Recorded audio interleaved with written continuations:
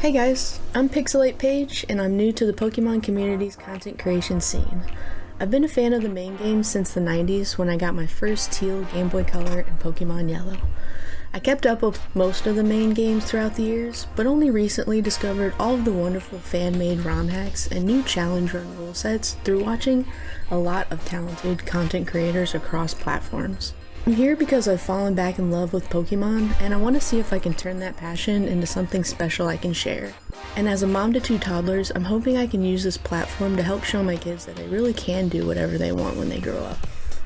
I didn't listen to my gut, and after 6 years of hard work in the corporate world, I got burnt out and needed to take steps back to focus on my mental and physical health. But now I get to prioritize my health and my family, and that means everything to me. Join me as I try to conquer the most difficult Pokemon challenges in an attempt to become a better trainer and level up my cool mom status.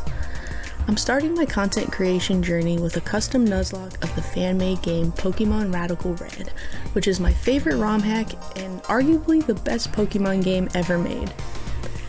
Picture Pokemon Fire Red, but insert every Pokemon and mechanic through Gen 9, combined with the best quality of life enhancements of any Pokemon game I've ever played. Then, buff all of the boss battles exponentially, add game-enforced level caps, and restrict access to the bag during battles, and you've got one of the most fun and difficult gaming experiences out there.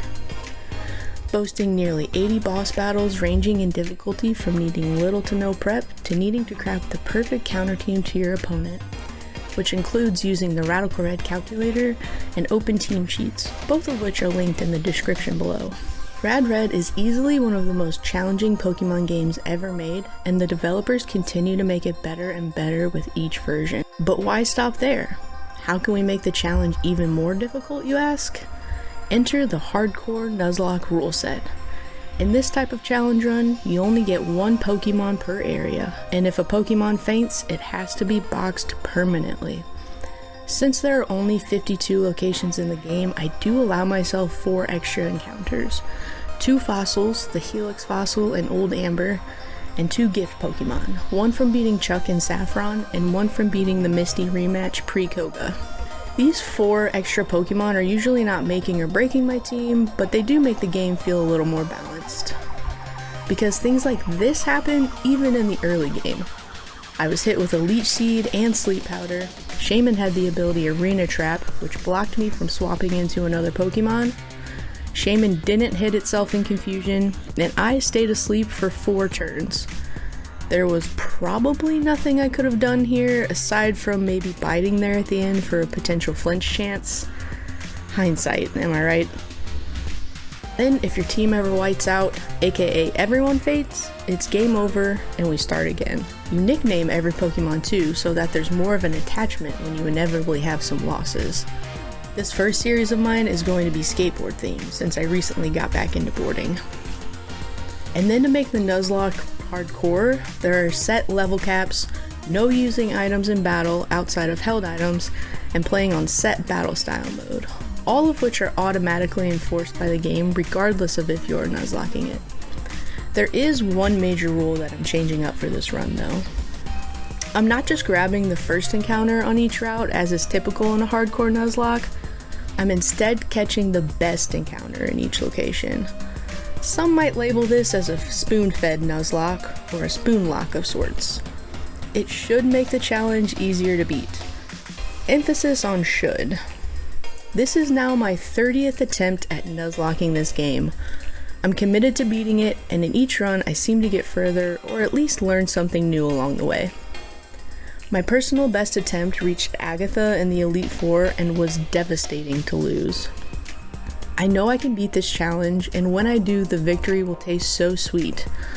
But until then, hang out and watch me grind through this beautiful game. And maybe give me some pointers along the way. I know I've got a lot of growing to do as a trainer and as a content creator. By the end of this series, my goal is to have improved in both of those new skill sets. And when I beat this challenge, maybe then I can move on to even more difficult challenges. I can't wait to see where this journey takes us. So now that you know a little bit about me, the game, and the Spoonlocke rule set, let's get into it, shall we? First thing you want to do when starting a fresh run is set up your game settings. In this run I'm playing as Paige, with the rival of skateboarding being Karen's. I play on New Game Plus because I've beaten the game outside of a Nuzlocke, and basically all that does is allow me to skip the puzzles that give you various quality of life enhancements throughout the game. Next, I'll select the difficulty as default. Trust me when I say that default mode should be called hardcore, and hardcore mode should be called insane. Play on that mode if you want, but you've been warned.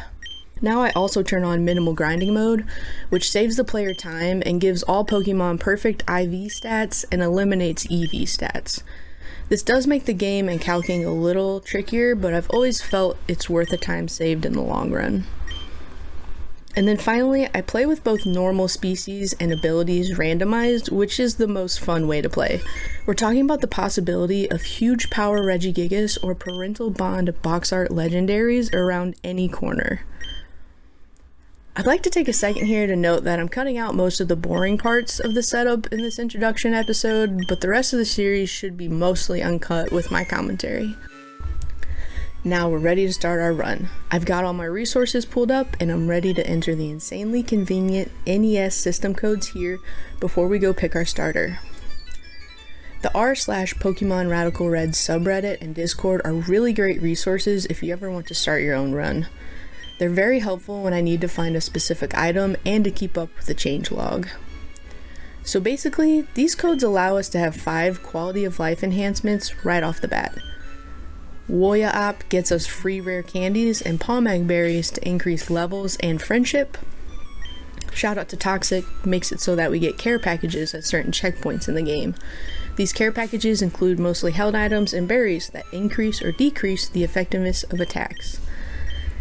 Dexall gets us a full Dex nav to start the game, which is very useful when trying to determine the best encounter on each route. I use it in combination with the RadRed Dex website where we can upload save files to see our Pokemon abilities and save time later in the run. Easy Catch makes any ball have 100% catch rate, another feature to help us guarantee the best encounter in each area. And lastly, Team Preview allows you to see who's left to battle on any opponent's team. This one isn't used much by me, but it's still valuable nonetheless. Alright, game is set up and we're ready to save, but first I'm going to change my outfit. A new feature to version 4.1. I like all the options, but let's go with Marnie for the skater run. We'll pick our starter in tomorrow's episode, so stick around. Drop this video a like and subscribe to the channel for free to get notified every day when a new episode drops. Do you think I have what it takes? Let me know in the comments who your dream randomized starter would be. Bye guys!